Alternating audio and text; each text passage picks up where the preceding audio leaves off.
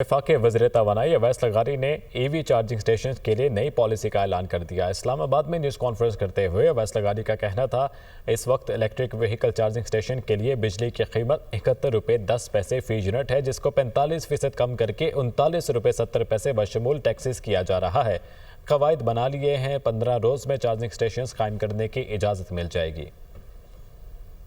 आज prime minister साहब ने फैसला किया कि हम बशमूल टैक्सेस इस वक्त इन चार्जिंग स्टेशंस को 71 रुपये 10 पैसे का टैरिफ दे रहे थे, उसको रिड्यूस करके तकरीबन 45% कमी करके हम आज 39 रुपये और 70 पैसे का टैरिफ आज का ऐलान कर रहे हैं। 15 दिनों के अंदर इजाज़त मिलेगी। EV चार्जिंग स्टेशंस के बनाए हैं और ऐलान हो चुका है, अगले चंद महीने में पाकिस्तान खित्ते की सस्ती तरीन बिजली को लोगों तक, इंडस्ट्री तक, कंज्यूमर्स तक पहुंचाने की पोजीशन में आ जाएगा।